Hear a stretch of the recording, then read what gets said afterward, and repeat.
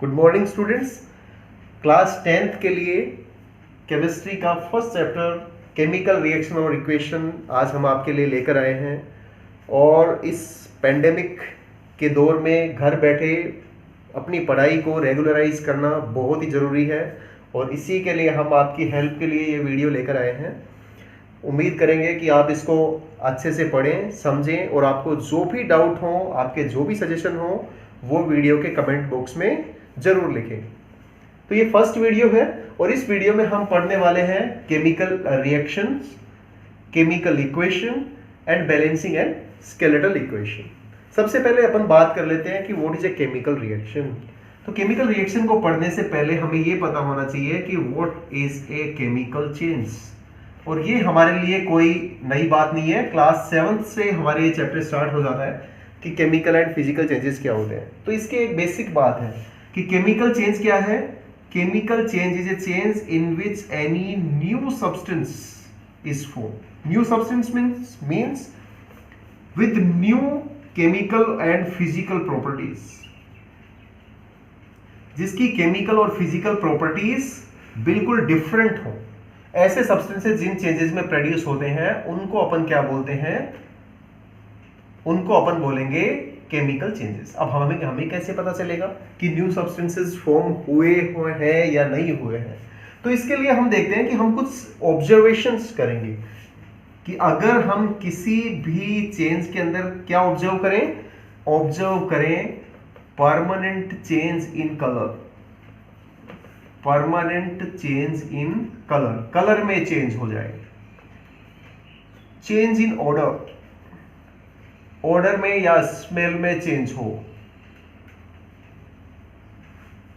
ठीक है, जैसे एक एग्जांपल भी मैं देता जाऊं। जैसे अपन अगर टर्मरिक को किस में ऐड करें, बेस में ऐड करें, तो टर्मरिक का कलर कैसा हो जाता है, रेड हो जाता है। वो क्या है, एक केमिकल चेंज है। लिटमस पेपर को एसिड और बेस में ऐड करें तो कलर चेंज हो जाता है, वो क्या है, एक केमिकल चेंज। ये चेंज इन ऑर्डर और स्मेल, जैसे दूध से दही बनता है, मिल्क से कर्ड बनता है, तो उसमें क्या हो जाएगा, उसकी स्मेल चेंज हो जाती है। इसका मतलब वो क्या है, केमिकल चेंज है। Evolution of A gas, evolution of A gas. हमने देखा है कि जैसे ही विनेगर को बेकिंग सोडा में ऐड करें या इनो को वाटर में ऐड करें तो बहुत तेजी से क्या निकलती है, एक गैस निकलती है। तो अगर किसी भी रिएक्शन के अंदर कोई गैस इवोल्व हो तो उसको भी अपन क्या कहेंगे, केमिकल चेंज कहेंगे। ठीक है, अपन ये कह दें इवोल्यूशन ऑफ हीट और लाइट और sometimes sound too. It is not necessary in each chemical change all the changes take place if any of these changes is taking place। जैसे अपन ने एक एक्टिविटी क्लास 7th में भी देखी थी, class 8th में भी है, burning of magnesium ribbon. Magnesium ribbon को अपन जब बर्न करते हैं तो उसका कलर भी चेंज हो जाता है, वो व्हाइट कलर का हो जाता है, इसलिए वो केमिकल चेंज है। जब वो बर्न होता है तो बहुत ज़्यादा अमाउंट में लाइट और हीट भी प्रोड्यूस होती है, तो वो भी क्या है, एक केमिकल चेंज है। ठीक है, और कभी कभी क्या होगा, deposition of any substance. Deposition of a substance, किसी भी सब्सटेंस का अगर रिएक्शन मिक्सचर में डेपोजिशन हो, किसी इलेक्ट्रोड के ऊपर डेपोजिशन हो, कोई सब्सटेंस जम जाए, तो उसको अपन क्या बोलेंगे, तो उसको बोलेंगे अपन केमिकल। अब इन्हीं केमिकल चेंजेस को, वो सारे के सारे प्रोसेसेस जिनमें कोई केमिकल चेंज होता है, उनको ही अपन क्या बोलते हैं, केमिकल रिएक्शंस बोलते हैं। What are chemical reactions? Chemical reaction are the process in which any chemical change take place. इनमें से कोई भी चेंज होगा तो उसको अपन क्या बोल देंगे, केमिकल रिएक्शन बोलेंगे। तो केमिकल रिएक्शन क्या है, एनी टाइप ऑफ चेंज और any process in which any chemical change take place is known as a chemical reaction. अब देखो बच्चों, अब इस केमिकल रिएक्शन को जो रिप्रेजेंट करने की बात आती है, ये केमिकल इक्वेशन क्या है, it is just representation of A chemical reaction. एक केमिकल रिएक्शन को रिप्रेजेंट करना या लिखने का तरीका, ठीक है, उसको ही अपन क्या बोलते हैं, केमिकल इक्वेशन बोलेंगे। ये केमिकल इक्वेशन देखो, ये हो सकती है दो टाइप से, अपन इसको लिख सकते हैं वर्ड इक्वेशन कहते हैं। वर्ड इक्वेशन कैसी, जैसे अभी मैंने बात करी थी कि हम मैग्नीशियम रिबन को बर्न करते हैं। जब भी कोई बर्न होता है कोई सब्सटेंस, तब अपन उसको क्या करते हैं, हम ये मानते हैं कि उस सब्सटेंस ने किसके साथ रिएक्ट किया, ऑक्सीजन के साथ। जब तक ऑक्सीजन नहीं होगी तब तक कोई सब्सटेंस बर्न नहीं होगा। और ये किस में कन्वर्ट होता है, मैग्नीशियम ऑक्साइड के अंदर कन्वर्ट हो जाता है। अब यहां देखो बच्चों, जो सब्सटेंसेस केमिकल रिएक्शन में पार्टिसिपेट करते हैं उन सब्सटेंसेस को अपन क्या बोलते हैं, रिएक्टेंट्स। और उन रिएक्टेंट्स को हमेशा कहां पे लिखा जाता है, लेफ्ट साइड में लिखेंगे, ठीक है। या फिर अपन क्या कहते हैं कि लेफ्ट हैंड साइड में हम लिखेंगे उनको। और जो सब्सटेंसेस इन रिएक्टेंट्स में चेंज होने के बाद बनते हैं उनको अपन क्या बोलेंगे, प्रोडक्ट्स। और प्रोडक्ट्स को हम हमेशा कहां लिखेंगे, राइट हैंड साइड में लिखेंगे। और रिएक्टेंट और प्रोडक्ट के बीच में क्या होगा, एक एरो होगा। The arrow arises from the reactants and proceed towards products. Reactant से प्रोडक्ट की तरफ पॉइंट करता हुआ हम क्या लगाएंगे, एरो लगाएंगे। और अगर एक से ज्यादा रिएक्टेंट है, जैसे यहां पे दो रिएक्टेंट है, एक मैग्नीशियम है और एक ऑक्सीजन है, तो उसके बीच में अपन क्या करेंगे, प्लस का साइन अपन लगा देंगे। अगर ऐसे ही प्रोडक्ट भी एक से ज्यादा होते हैं तो वहां भी अपन क्या लगा देंगे, प्लस का साइन उसके बीच में हम लगा देंगे। तो इस तरह से जो रिप्रेजेंट करने का तरीका है, ये जो तरीका है इसको अपन क्या बोलते हैं, वर्ड इक्वेशन, ठीक है। लेकिन ये थोड़ा सा डिफिकल्ट है। देखो इसमें पूरा का पूरा रिएक्टेंट का नाम लिखना, प्रोडक्ट्स के पूरे नाम लिखना, तो ये हमारे लिए थोड़ा सा कन्वीनियंट नहीं है। इसके लिए इसको थोड़ा शॉर्ट करने के लिए अपन क्या लिख देते हैं, सिंबॉलिक इक्वेशन। इसमें अपन पूरे नाम नहीं लिखेंगे रिएक्टेंट्स और प्रोडक्ट के, हम उनके क्या यूज करते हैं, सिंबल्स यूज करते हैं। फॉर एग्जांपल मैग्नीशियम के लिए क्या यूज कर लेंगे, सिंबल Mg। ऑक्सीजन गैस के लिए क्या यूज करेंगे, O2। और मैग्नीशियम ऑक्साइड के लिए क्या लिख देंगे, MgO, ठीक है। इनके साथ हम चाहें तो इनकी फिजिकल स्टेट, जैसे सॉलिड के लिए क्या लिख देंगे, ब्रैकेट में छोटा सा S लिख देंगे, गैस के लिए ब्रैकेट में छोटा सा G लिख देंगे। और यहाँ पे मैग्नीशियम ऑक्साइड भी सॉलिड है तो फिजिकल स्टेट को भी हम इसमें शो कर सकते हैं, ठीक है। तो ये इस तरह से दो तरीके से अपन क्या कर सकते हैं, केमिकल इक्वेशंस को, केमिकल रिएक्शंस को रिप्रेजेंट कर सकते हैं, वर्ड इक्वेशन के थ्रू और सिंबॉलिक इक्वेशन के थ्रू अपन रिप्रेजेंट कर सकते हैं, ठीक है। अब अपन एक एग्जांपल लेते हैं और थोड़ा सा अपन बात करेंगे। हम एक यही जो इजी इक्वेशन है यही लेते हैं, Mg प्लस O2 और इससे क्या बना, MgO, मैग्नीशियम ऑक्साइड, ठीक है। लेकिन इसमें देखो हमने क्लास 9th में एक लॉ पढ़ा था, law of conservation of mass. Conservation of मास यानी कोई भी केमिकल चेंज हो उसमें रिएक्टेंट का मास प्रोडक्ट के मास के इक्वल होना चाहिए। ये यूनिवर्सल लॉ है, ये हमेशा ही फॉलो होता है। तो हम इस रिएक्शन को अगर अपन देखें, इस रिएक्शन में अपन देखें कि किसका मास है, एक मैग्नीशियम एटम का मास और दो किसका, ऑक्सीजन एटम का मास। लेकिन यहां पे देखो एक मैग्नीशियम है और यहां पे क्या है, दो ऑक्सीजन एटम का मास। तो यहां एक मैग्नीशियम एटम और एक क्या है, ऑक्सीजन एटम का मास, ठीक है। तो यहां देखो हम ये देख रहे हैं कि इस रिएक्शन के अंदर क्या हो रहा है, इस इक्वेशन के अंदर mass of reactants is greater then mass of products. Opposite भी हो सकता था, हो सकता है कि किसी रिएक्शन को लिखने के बाद हमें लगे कि प्रोडक्ट का जो मास है वो क्या है, ज्यादा है, और रिएक्टेंट का मास है वो क्या है, कम है। तो इस कंडीशन में इसका मतलब इसमें ये जो लॉ है ये फॉलो नहीं हुआ है, और इस लॉ को हमें किसी भी कंडीशन में फॉलो करना है, ठीक है। तो किसी भी इक्वेशन को रिप्रेजेंट करते समय हमें कंजर्वेशन ऑफ मास, अब हम कैसे करें, हम ये कर सकते हैं कि मान लो कि यहां पे भी अगर एटम्स का number of atoms of each element in reactants should be equal to products, देखो बेटा, मैं ये कहना चाह रहा हूं कि अगर मान लो हम ऐसे इसको कैसे कर सकते हैं, इस तरह से हम इसको ऐसे कर सकते हैं कि हम अगर इन दोनों रिएक्शंस के अंदर क्या कर दें, अगर इन दोनों रिएक्शंस के अंदर अगर हम अपन हर एक एलिमेंट के जो एटम्स है उनका नंबर इक्वल कर दें, तो ये लो अपने आप ही फुल हो जाएगा, क्योंकि अगर सेम नंबर ऑफ एटम्स होंगे तो उनका मास भी क्या आएगा, सेम आएगा। ठीक है, तो इसको अपन क्या करने के लिए, इस तरह को इसको करने के लिए अपन क्या करते हैं, रिएक्शंस को बैलेंस करते हैं। बैलेंस करने के दो रीजन हैं, to follow law of conservation of mass by equalising the number of atoms. ठीक है, अब ये जो रिएक्शन है, इस रिएक्शन के अंदर क्या है, नंबर ऑफ एटम्स इक्वल नहीं है। तो ऐसी जो इक्वेशन है जिसमें नंबर ऑफ एटम्स, इसको मैं वापस यहां पे लिख दूं, MgO, Mg कितने एटम्स हैं, 1, ऑक्सीजन के कितने एटम्स हैं, 2, यहां पे मैग्नीशियम का कितने एटम्स हैं, 1, ऑक्सीजन के कितने एटम्स हैं, 1। तो ऐसी रिएक्शन जिसके अंदर, या ऐसी इक्वेशन जिसके अंदर नंबर ऑफ एटम्स सारे एलिमेंट्स के सेम नहीं होते, उस इक्वेशन को अपन क्या बोलते हैं, उसको अपन बोलेंगे या तो अनबैलेंस्ड रिएक्शन, या फिर अपन उसको क्या बोलेंगे, स्केलेटल रिएक्शंस बोलेंगे।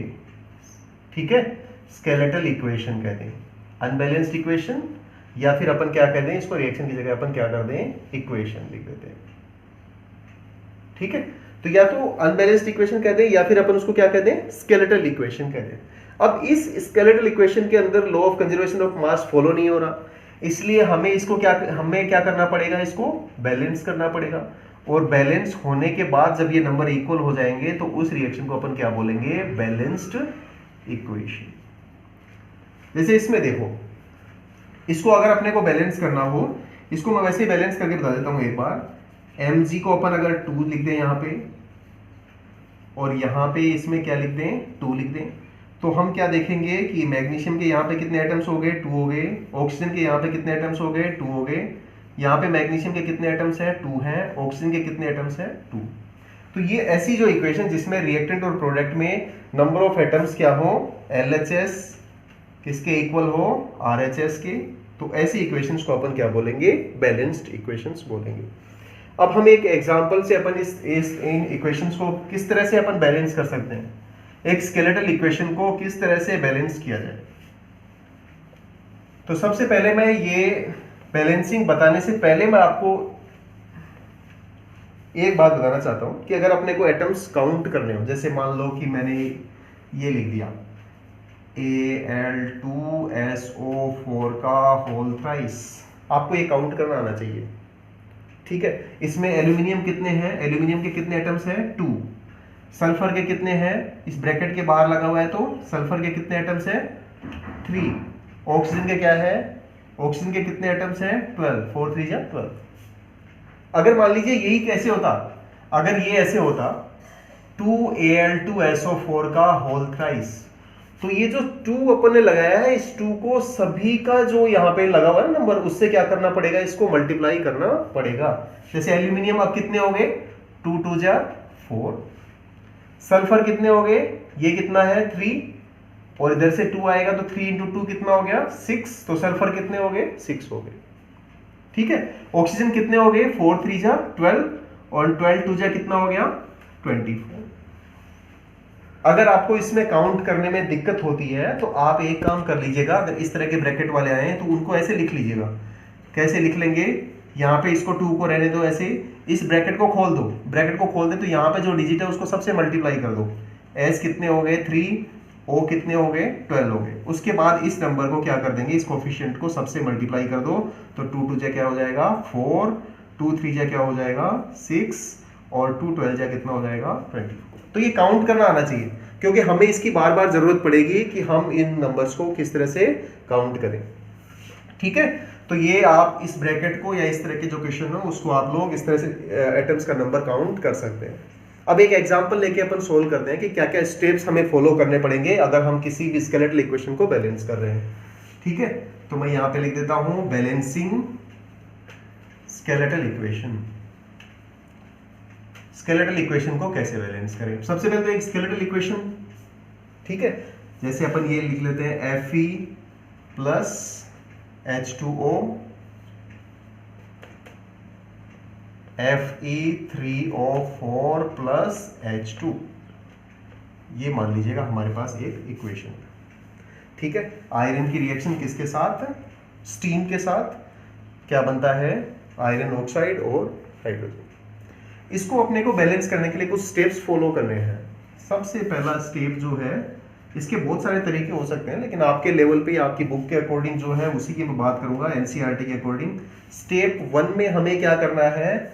स्टेप 1 में सारे के सारे जितने भी रिएक्टेंट और प्रोडक्ट हैं उसके ऊपर अपन क्या लगा देंगे? एक एक स्क्वायर लगा देंगे, या उनको बॉक्स में बंद कर देंगे। बॉक्स में बंद इसलिए किया है कि हमें इसके अंदर जो फॉर्मूला है उस फॉर्मूले से कोई छेड़छाड़ नहीं करनी है।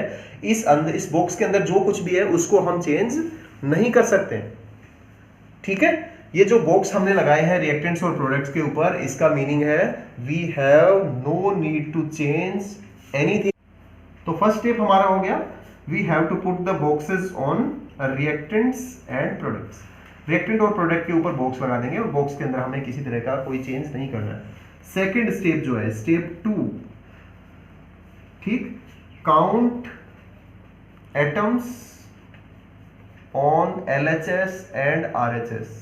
LHS और RHS में क्या करेंगे? अपन सारे एटम्स को क्या कर लेंगे? काउंट कर लेंगे। जैसे यहाँ पे 3 एलिमेंट हैं, Fe है, H है, O है, ठीक है।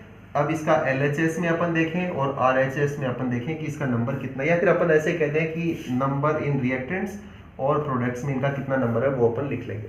जैसे अपन लिख ले, देखो बताओ आयरन के कितने एटम्स हैं? 1। हाइड्रोजन के कितने एटम्स हैं यहाँ पे? 2। ऑक्सीजन के कितने एटम्स हैं यहाँ पे? 1 है, ठीक है। ऐसे ही RHS में देखें, आयरन के कितने एटम्स हैं? 3। हाइड्रोजन के कितने हैं? 2। और ऑक्सीजन के कितने हैं? 4 है,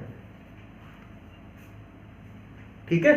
तो यहाँ पे दूसरा काम हमारा क्या होगा? हम क्या करेंगे? जो स्केलेटल इक्वेशन हमारे पास दी हुई है उस स्केलेटल इक्वेशन के अंदर हम रिएक्टेंट्स और प्रोडक्ट्स में जो भी एटम्स हैं उनका नंबर अपन क्या कर लेंगे? लिख लेंगे। थर्ड जो स्टेप है, स्टेप 3, सबसे पहले क्या करेंगे? बैलेंस द एटम्स या balance the element with maximum number of atoms. जिसका एटम्स का नंबर सबसे ज्यादा हो उसको अपन बैलेंस करने की कोशिश करेंगे। तो यहां पे किसका नंबर ज्यादा है? सबसे ऑक्सीजन का नंबर। तो सबसे पहले अपने को क्या करना है? बैलेंस करना है ऑक्सीजन को। तो यहां देखो उस इक्वेशन को अपन यहां पे लिख लें, Fe plus H2O Fe3O4 plus क्या कर देते हैं अपन? H2। अब यहां देखो बेटा, इधर तो क्या है? 4 है और इधर भी अपने को क्या करना पड़ेगा? 4 करने के लिए अपन क्या करेंगे? इस बॉक्स से पहले क्या लिख देंगे? 4 लिख देंगे। तो यहां पे 4 लिखने से क्या हुआ? लेफ्ट हैंड साइड में ऑक्सीजन कितने हो गए? 4। और हाइड्रोजन कितने हो गए? 4 2 8 हो गए। समझ रहे हो मेरी बात? तो ऑक्सीजन तो यहां पे बैलेंस हो गया कि ऑक्सीजन इधर भी 4 है और ये भी क्या हो गया? 4 हो गया, ठीक। लेकिन जो हाइड्रोजन है, हाइड्रोजन कितने हो गए? यहाँ पे 8 हो गया, इधर कितने हैं? सिर्फ 2। तो अब बचे हुए में से मैक्सिमम नंबर किसका है? हाइड्रोजन का है। तो हम दूसरे स्टेप में किसको बैलेंस करेंगे? हाइड्रोजन को बैलेंस करेंगे, ठीक है। तो अगले स्टेप में अपन क्या करते हैं? हाइड्रोजन को बैलेंस करेंगे। हाइड्रोजन को बैलेंस करने के लिए हाइड्रोजन एक ही जगह पे प्रेजेंट है, इसको 8 करने के लिए अपन क्या कर देंगे? यहाँ पे 4 से मल्टीप्लाई।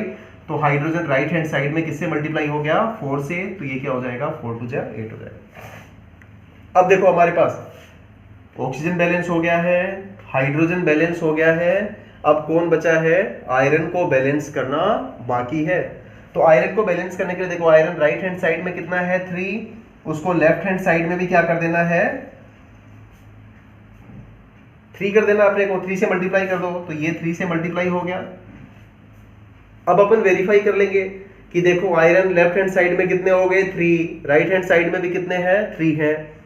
लेफ्ट हैंड साइड में हाइड्रोजन कितने हो गए 8, राइट हैंड साइड में भी कितने हैं 8 हैं। ऑक्सीजन लेफ्ट हैंड साइड में कितने हैं 4, और राइट हैंड साइड में भी ऑक्सीजन कितने हैं 4 हैं। ठीक है, तो ये इस तरह से अपन इसको लास्ट में क्या कर लेंगे, वेरीफाई कर लेंगे। इसके बाद हम एक और बात यहां पे लिख सकते हैं कि इस रिएक्शन इक्वेशन को ज्यादा इंफॉर्मेटिव बनाने के लिए हम क्या कर देंगे, हम यहां पे इस तरह से लिख देंगे आयरन है, ये क्या है सॉलिड, इसकी फिजिकल स्टेट लिख देंगे, और जो H2O है वो किसके फॉर्म में है, स्टीम के फॉर्म में।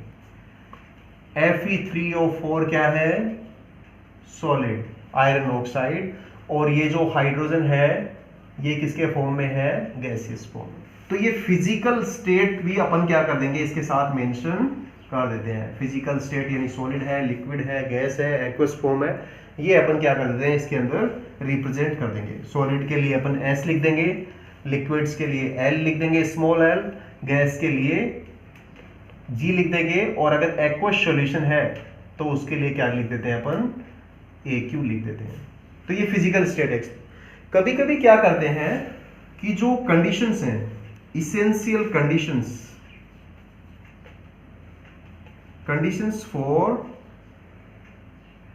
रिएक्शन के लिए जो नेसेसरी कंडीशन है उनको भी अपन मेंशन करते हैं। जैसे एक सिंपल रिएक्शन लेते हैं अपन फोटोसिंथेसिस की, 6CO2 प्लस 12H2O, इससे क्या बन रहा है C6H12O6 plus 6H2O plus 6O2।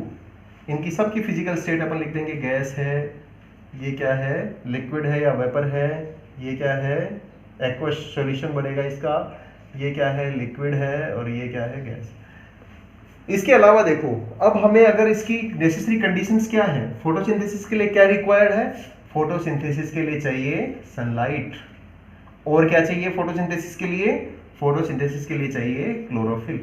तो ये जो इसेंशियल कंडीशंस हैं इनको इस एरो के ऊपर या नीचे अपन क्या कर सकते हैं, लिख सकते हैं। तो ये रिएक्शन क्या बन जाएगी, और ज्यादा इंफॉर्मेटिव बन जाएगी।